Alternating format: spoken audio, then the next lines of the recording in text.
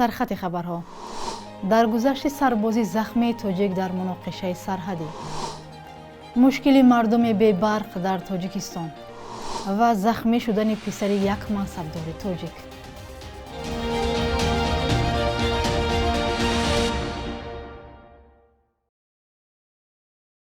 سلام بیننده عزیز، امیدوارم خوبید و نویدی بامدادی را تماشا دارید. امروز 16 نوامبر است. عاقل جان عودین‌زاده 22 ساله یکی از سربازان زخمی تاجیک در مناقشه در سرحد تاجیکستان و قرقیزستان درگذشت. او را روز 15 نوامبر در زادگاهش دهه سفید موری ناحیه تاجیک‌آباد دفن کردند. عودین‌زاده بهار سال 2021 به صف قواهای مسلح تاجیکستان پیوسته در یکی از واحدهای نظامی نیروهای مرزبانی در اسفره خدمت میکرد. او هنگام درگیری‌های 14 و 17 سپتامبر امسال در سرحد با قرقیزستان سخت مجروح شده چند مدت در بیمارستان خوجند و یک ماه اخیر در بیمارستان قریه بالای دوشنبه بستری بود. روزهای 14 و 17 سپتامبر امسال در نتیجه نزاع در سرحد ولایت سوخت تاجیکستان و بودکن قرقیزستان از دو طرف 10 نفر کشته شدند. تاجیکستان و قرقیزستان که صدها کیلومتر مرز نامعین دارند، یکدیگر را به تجاوز به قلمروی همدیگر متهم کردند.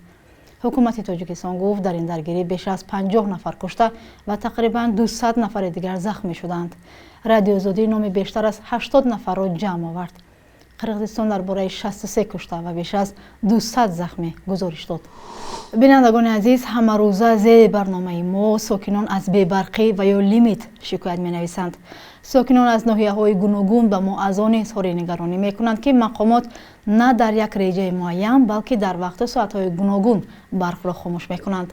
ولی بیشتر شکایت‌ها از آن است که آنها برق را تنها به مدت 5 یا 6 ساعت در یک شبانه روز دارند. ناظر جان یادگاری سخنگوی شرکت برق تاجیک گفت فعلا یگان محدودیت نیست و به شرکت شکایتی از بی‌برقی وارد نشده است. ماه سپتامبر این شرکت تصدیق کرده بود که در کشور محدودیت نیروی برق جاری شده است، ولی آن را نخواسته خودشان بلکه ضرورت دانستند. شرکت در اعلامیه گفت که هرچند آب انبار نارک تا نقطه آخرین پر است، احتمال تا بهار نرسیدن ذخیره آب وجود دارد.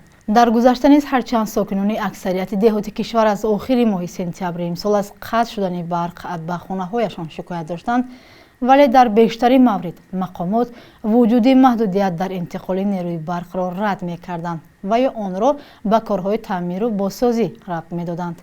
برق تاجیک به طور روشن شرح نداد که محدودیت نیروی برق از کی آغاز شد و کی پایان خواهد یافت، ولی از ساکنان دعوت کرد برق را صرفه‌کارانه استفاده کنند تا در زمستان با برق تامین شوند.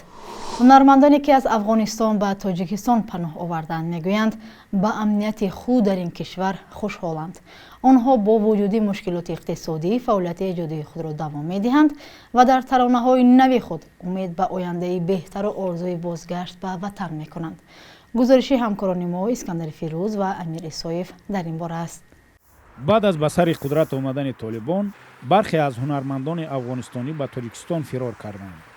آوازخوان معروف صفی امانی برای فرزندان پناهندگان افغانستانی در شهر وحدت به نورسان موسیقی را می‌آموزاند و مشغول ایجاد ترانه‌های نو است. میگوید معاش میگیرد که تنها برای پرداخت اجاره منزل برای خانواده‌اش میرسد.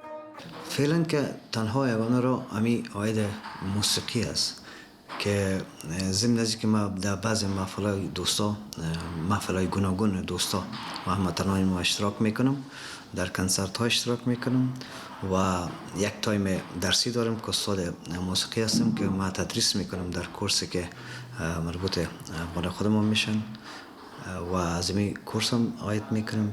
در این روزگار خود پیش میبریم.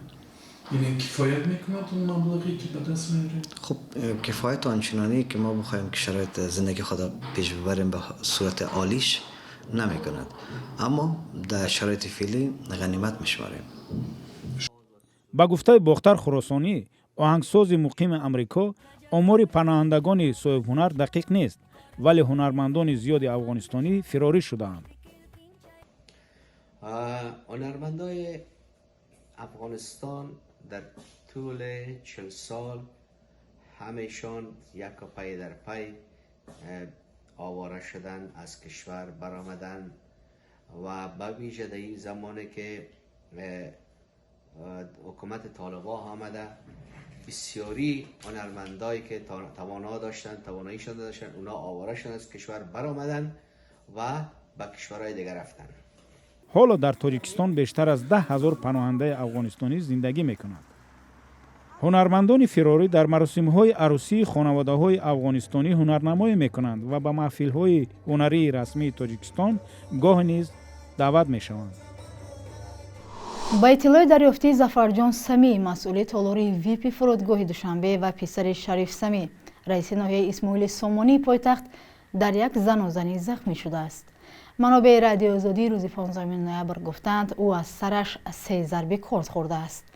وزارت کارهای داخلی تاجیکستان زخمی شدن پسر این منصبدار را تحقیق می‌کند. حادثه شب 11 نوامبر روی داده است ولی تفصیلاتش نه دسترسی رادیو آزادی شد. منابع در مقامات تفتیشاتی گفتند ظفرجان 24 ساله در یک طربخانه با گروهی از جوانان مناقشه کرده مجروح شده است و پس از معالجه وضعش بهتر گردیده است. سبب مناقشه معلوم نیست و هنوز شرح داده نشده است که با عیب کی سر زده است. نصرت الله محمودزاده سخنگوی وزارت کارهای داخلی تاجیکستان روز 15 نوامبر گفت این یک اوباشی است و نسبت به آن پرونده جنایی باز شد. مقامات با سبب خلل نرساندن به تفتیشات نام گمانبران را نگفتند ولی منابع رادیو آزادی میگویند طرف دیگر جنجال نیز شخصی نزدیک به منصبدار آن است. کوشش تماس با خود ظفرجان سمی نتیجه نداد. 3 همکارش در فرودگاه دوشنبه گفتند او روزهای نزدیک به کار نمیآید. شریف سمی این را شرح نداد. صادر شدن جنایت با اشتراک فرزند منصبداران در تاجیکستان زود ثبت می شود اما در اکثر موارد پرونده های آنها جدی تحقیق نمی شود. پیرامون بخازاده در بخش یک روز تاریخ از مهمترین تحولات تاریخی برای امروز خبر می دهد.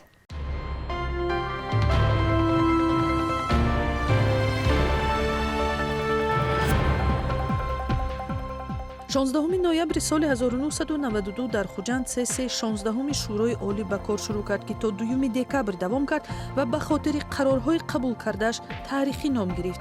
جلسه با شرکت نمایندگان گروه‌های درگیر سیاسی تاجیکستان در آغاز جنگ شهروندی امام علی رحمانوف را رئیس شورای عالی انتخاب کرد که بعد این راه را برای ریاست جمهوری او هموار نمود ولی این جلسه نتوانست پیش راه جنگ 5 ساله شهروندی را بگیرد. پارلمان تاجیکستان 16 نوامبر سال 2016 امضای عهدنامه پیش از نکاح عروس و داماد را حتمی کرد. در شرح این طلبات قانون که قبلا بیشتر در اروپا رایج بود به ضرورت حمایت حق و مالکیت همسران در صورت طلاق به خصوص زنان تاکید شد. بحث سر تقسیم مالکیت بعد تو یکی از مشکلات سخت خانواده ها در سالهای آخر شده است. 16 نوامبر سال 1993 در اوج جنگ شهروندی تاجیکستان در 56 سالگی دل چهره سرشناس فرهنگی و آوازخوانی مردمی تاجیک آدینه هاشم از تپیدن ماند. آدینه هاشم از اجرا کننده های با مهارت سبک راقی و فلک در سده 20 بود. در 30 سالی که روی صحنه بود نزدیک 500 ترانه اجرا کرده است که بر متن شاعران کلاسیک فارس و تاجیک ایجاد شده است. در بانک‌های تجارتی تاجیکستان قرب دلار بتغییر است و $100 آمریکایی 1010 سومانی عوض کرده می شود. 1000 روبل روسی 163 سومون خرید و فروش آن 165 سومانی است. قرب رسمی بانک ملی تاجیکستان برای امروز 16 نوامبر چنین است.